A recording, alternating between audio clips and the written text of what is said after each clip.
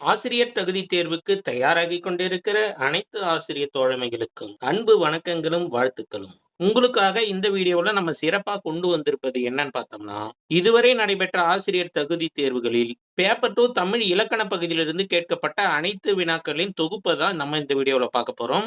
வீடியோக்குள்ள போறதுக்கு முன்னால ஒரு நோட்டும் ஒரு பேனாவும் எடுத்து வச்சுக்கங்க. இங்க ஒவ்வொரு கேள்வியும் கேட்கப்பட்ட பிறகு ஒரு 5 வினாடிகள் உங்களுக்கு தரப்படும். அதுக்குள்ள நீங்க ஆன்ஸர கண்டுபிடிச்சு அந்த நோட்ல எழுதி வச்சுக்கங்க. கடைசியா மொத்தமா நீங்க எவ்வளவு மார்க் எடுத்திருக்கிறீங்க அப்படின்றத கண்டுபிடிச்சு கமெண்ட் பண்ணுங்க. சப்போஸ் உங்களால 5 வினாடிகளுக்குள்ள கண்டுபிடிக்க முடியாது அப்படின்னா, வீடியோவ பாஸ் பண்ணிட்டு நிறுத்தி வச்சுட்டு, அதன் பிறகு யோசிச்சு நீங்க ஆன்ஸர கண்டுபிடிச்சு அப்புறமா நோட்ல எழுதி வச்சுக்கிட்டு, அப்புறம் அடுத்த கேள்விக்கு போலாம். முதல் கேள்வி காலங்கறந்த பெயரெச்சம் எது அப்படின்னு கேட்டிருக்காங்க. வினைமுற்று, ஈறுகெட்ட எதிர்மறை பெயரெச்சம், வினைத்தொகை, ஈறுகெட்ட எதிர்மறை வினையெச்சம்.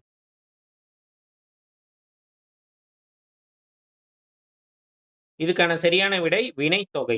காலங்கறந்த பெயரெச்சம் வினைத்தொகை அப்படின்னு சொல்லுவாங்க. இப்ப எடுத்துக்காட்டா பாடு நிலா அப்படின்னு ஒரு வார்த்தை இருக்கு இல்லைங்களா? பாடுகின்ற நிலா அப்படின்னு சொன்னா அந்த பாடுகின்ற அப்படின்றது பெயரெச்சமா இருக்கும். பாடுகின்ற நிலா காலத்தை காட்டுகிற பெயரெச்சம். இப்போ இதுல இந்த காலத்தை காட்டாம அதை எடுத்துட்டு வெறும் பாடு நிலா அப்படின்னு நம்ம சொன்னோம்னா இங்க காலம் மறைஞ்சு போயிடுது இல்லைங்களா? அப்போ இந்த மாதிரி பாடு நிலா அப்படின்றது நம்ம என்ன சொல்றோம் வினைத்தொகை அப்படின்னு சொல்றோம். ல ழ ல இம்மூன்று எழுத்துக்களும் ஒரே மாதிரியாக ஒலிப்பதை நம்ம என்னன்னு சொல்லுவோம்னு சொல்லிட்டு 4 ஆப்ஷன் குடுத்திருக்கிறாங்க.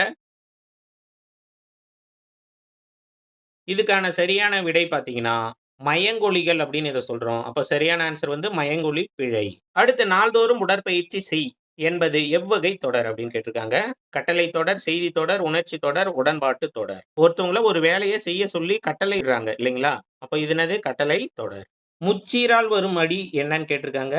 குறளடியா, சிந்தடியா, அளவடியா, நெடிலடியா? 2 சீர்களை கொண்டு வருவது குறளடி அப்படின்னு சொல்றோம். 3 சீர்களால் வரும் அடியை நம்ம என்ன சொல்றோம்? சிந்தடி அப்படின்னு சொல்றோம். அப்ப ஆப்ஷன் சி சரியான ஆன்சர். அடுத்து மார்கழி பூத்தது.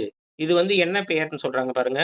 தொழிலாகு பெயரா, இடவாகு பெயரா, சினையாகு பெயரா, காலவாகு பெயரா? மார்கழின்றது ஒரு மாதத்தை குறிப்பிடுது இல்லைங்களா? அப்ப என்னது இது? காலவாகு பெயர். அரசன் என்பதை அரைசன் என்று கூறுவது இலக்கணமுடையது, மறு, இலக்கண போலி, இடக்கரக்கல். போலி, இலக்கண போலி. சரிங்களா? வளையல் எனும் பெயர். வளையன்றது என்ன வகையான பெயர்ன்னு சொல்லிட்டு கேட்டிருக்காங்க. காரண பெயர், இடுகுறி சிறப்பு பெயர், காரண பொது பெயர், காரண சிறப்பு பெயர். இது வளைந்திருப்பதால் வளையல் இல்லைங்களா? காரண பெயர். சரிங்களா? காரண பொது பெயரா, காரண சிறப்பு பெயரா அப்படின்னு பார்த்தோம்னா, இப்ப பறப்பதால் பறவை. பறவைன்றது எல்லா பறவைகளும் உள்ளடக்கிய ஒரு பொதுவான பெயர். அது நம்ம என்ன சொல்லலாம்? காரண பொது பெயர்ன்னு சொல்லலாம். ஆனா வளையல்ன்றது ஒரு குறிப்பிட்ட அணிகலனோட பெயரா இருக்கிறதால நம்ம என்ன சொல்றோம்? இத காரண சிறப்பு பெயர் அப்படின்னு சொல்றோம். அடுத்து மன்னிப்பு என்பது அரபு சொல்லா, உருது சொல்லா, தமிழ் சொல்லா, கன்னட சொல்லா? மன்னிப்புன்றது உருது மொழி சொல். அடுத்து தமிழ் எண்களின் ஒழுங்கு ஏறு வரிசையை தேர்ந்தெடு அப்படின்னு சொல்லிட்டு 4 ஆப்ஷன் குடுத்திருக்கிறாங்க. இதுக்கு நான் ஆன்சர் சொல்லல. இந்த கேள்விக்கான ஆன்சர நீங்க கமெண்ட் பாக்ஸ்ல சொல்லுங்க. அடுத்து இருக்கையுடை களிறன்னவன். இதில் பயின்று வரும் அணி என்னன்னு சொல்லிட்டு கேட்டிருக்காங்க. இருகையுடைய களிறு. களிறுன்னா என்னது? யானை. 2 கை இருக்கிற யானை போல அவன் இருந்தான் அப்படின்னு சொல்லிட்டு சொல்லியிருக்கிறாங்க இல்லைங்களா? இதுல இருந்தே நமக்கு தெரியுது இது என்ன அணி? இரு கை இருக்கிற யானை எங்கேயுமே இல்ல உலகத்துல. அப்போ இது இல்பொருள் உவமை அணி. அடுத்து பொழிப்பு எதுகை பயின்று வரும் சீர்கள். இத ஞாபகம் வச்சுக்க ஒரு ஸ்லோகன் நம்ம சொல்லி குடுத்திருக்கிறோம். நம்ம வீடியோவ தொடர்ந்து பார்க்கிறவங்களுக்கு தெரியும். இன்று பொழிந்த ஒரு மழை கீழ் மேல் என முடிந்தது. இன்று என்பது இணைமோனை. அது 1, 2. பொழிந்தன்றது பொழிப்பு மோனை. அது 1, 3. அப்போ இதுக்கு சரியான ஆன்சர் ஆப்ஷன் ஏ 1, 3. அடுத்து பாருங்க அதே கொஸ்டின் தான். கீழ்கதுவாய் மோனை பயின்று வரும் சீர்கள். இப்ப கீழ்கதுவாய்னா 1 கூட கீழ இருக்கிற நம்பர் 2 அப்புறம் 4. அப்போ ஆப்ஷன் சி 1, 2, 4 என்பது சரியான விடை கீழ்கதுவாய்க்கு. மேல் கதுவாய்னா 1, 3, 4. அடுத்து உடம்படு மெய் என்பன. இந்த எவ்வும் வவ்வுன்னு சொல்லிட்டு ஒரு உணர்ச்சி விதி நம்ம படிச்சிருக்கோம். அப்போ ஆப்ஷன் சி இ இவ். இது ரெண்டும் என்னது? உடம்படு மெய்கள். அடுத்து 6 என்பதன் தமிழ் எண் என்னன்னு சொல்லிட்டு கேட்டிருக்காங்க. ஆப்ஷன் ஏ சா என்பது சரியான விடை. நின்ற சீரின் ஈற்றசையும் வரும் சீரின் முதலசையும் டேஷ் எனப்படும். எதுகை, மோனை, இயைபு, தலை. எதுகைன்னா உங்களுக்கு தெரியும். சீர்களின் 2ஆம் எழுத்து ஒன்றி வருவது எதுகை. சீர்களின் முதல் எழுத்து ஒன்றி வருவது மோனை. சீர்களின் இறுதி எழுத்து ஒன்றி வருவது இயைபு. நின்ற சீரின் ஈற்றசையும் வரும் சீரின் முதலசையும் தலை எனப்படும். இந்த கொஸ்டின் எனக்கே கொஞ்சம் ஆச்சரியமான ஒரு கொஸ்டின். கீழே கொடுக்கப்பட்டவற்றுள் ஒன்று மற்றவற்றிலிருந்து மாறுபட்டுள்ளது. அது எது அப்படின்னு சொல்லிட்டு கேட்டிருக்காங்க. அதாவது pick up the odd one. இது 4த்துல 3 ஒரே மாதிரியானது. 1 மட்டும் மாறுபட்டது. அது எதுன்னு கண்டுபிடிக்க சொல்லியிருக்கிறாங்க. இதுல பார்த்தீங்கன்னா, ஒண்ணு குற்றிய லுகரமா இருக்குது. அது பிரகாரமா நம்மளால சரியா கண்டுபிடிக்க முடியல. ஆனா, இங்கும், கூவும். அடுத்து இந்து, அடுத்து இத்து வந்திருக்கு. அடுத்து இஞ்சி, அடுத்து சு வந்திருக்கு. இதெல்லாம் என்னது? இதெல்லாம் இணை எழுத்துக்கள். சரிங்களா?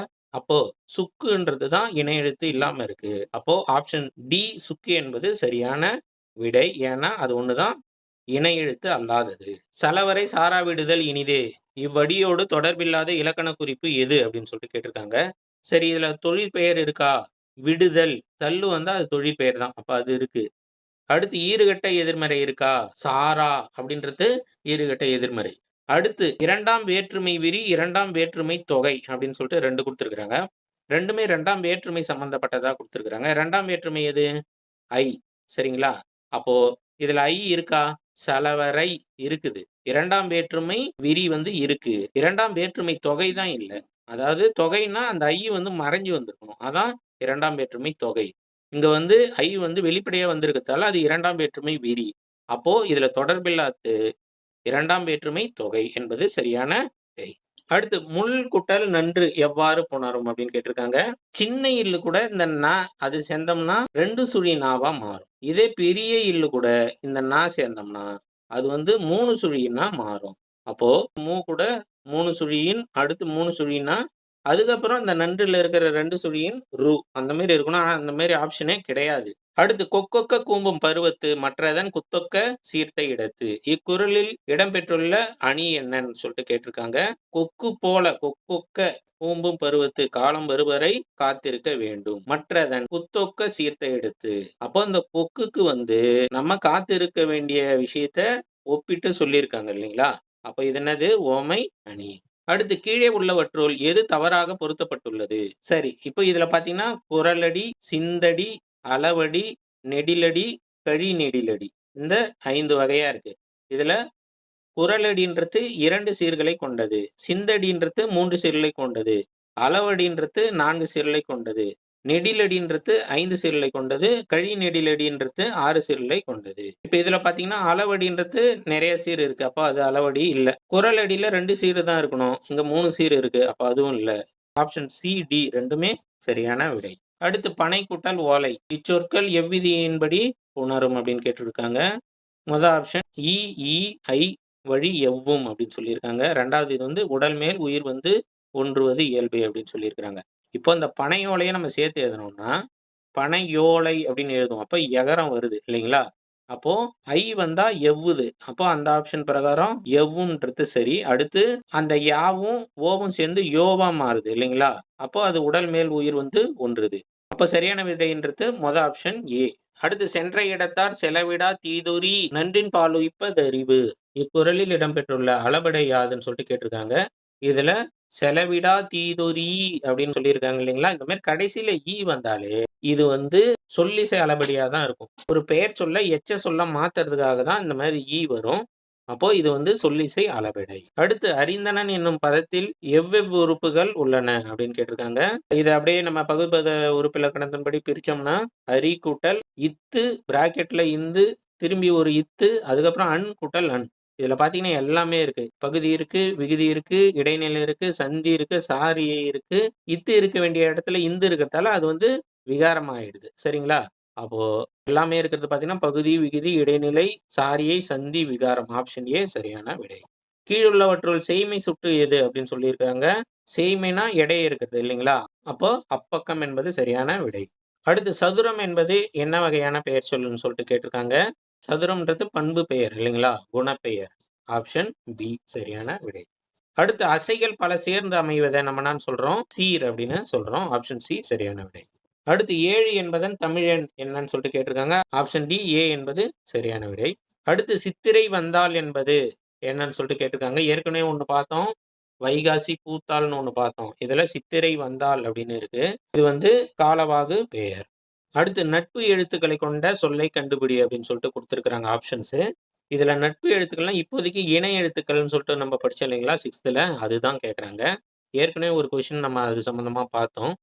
2 சுழி இன்னுக்கு அப்புறம் ரா வரும் இல்லைங்களா? அப்ப தென்றல் என்பது சரியான விடை. அடுத்து இரட்டை கிளவி எதுன்னு சொல்லிட்டு கேட்டிருக்காங்க. பிரிச்சு பார்த்தா பொருள் தெரியலைன்னா, பொருள் வரலைன்னா அதான் இரட்டை கிளவி. அப்போ சலன்றதுல பொருள் இல்ல. அப்போ சலசல என்பது சரியான விடை. அடுத்து பந்து கூட்டல் ஆட்டம். இதன் புணர்ச்சி என்னன்னு சொல்லிட்டு கேட்டிருக்காங்க. இது குற்றிய லுகரமா இருக்குது இல்லைங்களா? அப்போ குற்றிய லுகர புணர்ச்சி இது. தாயோடு குழந்தை சென்றது எவ்வகை பொருளில் வந்துள்ளது அப்படின்னு சொல்லிட்டு கேட்டிருக்காங்க. தாயோடு அதனுடன் இல்லைங்களா? அப்போ இது வந்து ஆப்ஷன் டி உடன் நிகழ்ச்சி பொருளில் வந்துள்ளது. அடுத்து வினையெச்சத்தை குறிப்பிடுக. வினை சொல்லை கொண்டு முடிவது வினையெச்சம். இப்ப இதுல பாத்தீங்கன்னா பாடினால், உழைத்தால் இது ரெண்டும் தான் வினை சொற்களை கொண்டு முடிஞ்சிருக்குது. இதுல மகிழ்ந்து பாடினால், கடுமையாக உழைத்தால் அப்படின்னு 2 இருக்கு. ஆனா மகிழ்ந்து பாடினால் என்பதுதான் சரியான விடை. எல்லா எழுத்துக்களுக்கும் அடிப்படையானது எதுன்னு கேட்டிருக்காங்க. எழுத்துக்களால் தான் சொல்லே உருவாகுது. அப்போ எழுத்துக்கு அடிப்படையா சொல்லு வராது, பொருளும் வராது, மொழியும் வராது. ஒலி என்பதுதான் சரியான விடை. அடுத்து துப்பார்க்கு துப்பாய துப்பாக்கி துப்பார்க்கு துப்பாய தூவும் மழை. இதுல வந்து பயின்று வந்துள்ள அணி என்னன்னு சொல்லிட்டு கேட்டிருக்காங்க. எல்லாருக்குமே நல்லா தெரியும். இதுல ஒரே வார்த்தை பலமுறை வந்திருக்கிறதால இது வந்து என்னது? சொல்பொருள் பின்வரு நிலையணி. கடலினை மட்டும் குறிக்காத சொல்லை கண்டெடு அப்படின்னு சொல்லிட்டு கொடுத்திருக்கிறாங்க. முன்னீர் என்பது கடலை குறிக்கின்ற ஒரு சொல் தான். ஆழி என்பதும் கடலை குறிக்கின்ற ஒரு சொல் தான். சமுத்திரம் என்பதும் கடலை மட்டும் குறிக்கின்ற சொல் தான். பறவைனாலும் கடல் தான். ஆனா பறவைன்றதுக்கு வேற மீனிங்ஸும் இருக்குது. பரப்பளவு அப்படின்னு சொல்றாங்க இல்லைங்களா? பரப்புன்னு சொல்றாங்கல்ல, அதுக்கும் பறவை என்றுதான் பெயர். ஆனா இங்க கேள்வி என்னன்னா, கடலினை மட்டும் குறிக்காத சொல் எதுன்னு சொல்லிட்டு கேட்டிருக்காங்க. அப்போ பறவை என்பது கடலை மட்டும் குறிக்காம மற்ற சில பொருட்களையும் குறிக்குது. அப்போ சரியான விடை ஆப்ஷன் சி பறவை.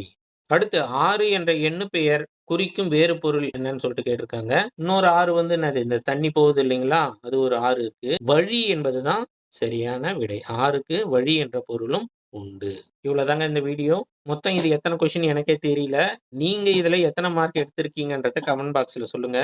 இதுல கொடுக்கப்பட்ட தலைப்புகள்ல ஒரு சில தலைப்புகள நீங்க பார்க்காத இருந்தீங்கன்னா, தயவு செய்து அந்த பகுதிய எடுத்து திரும்பியும் ஒரு முறை பார்த்து படிச்சுக்கங்க. நம்ம சேனல் அறிவுமதி அகாடமி இன்னும் சப்ஸ்கிரைப் செய்யாத தோழர்கள், சப்ஸ்கிரைப் செய்து நமக்கு ஆதரவு குடுங்க. இந்த வீடியோ உங்களுக்கு உபயோகமா இருந்ததுன்னா, இந்த வீடியோவுக்கு ஒரு லைக் பண்ணிட்டு, ஹைப்ன்னு ஒரு பட்டன் வரும். அத அழுத்தி தயவு செய்து நமக்கு ஹைப் பாயிண்ட்ஸ் குடுங்க. Thank you. Bye bye. Take care.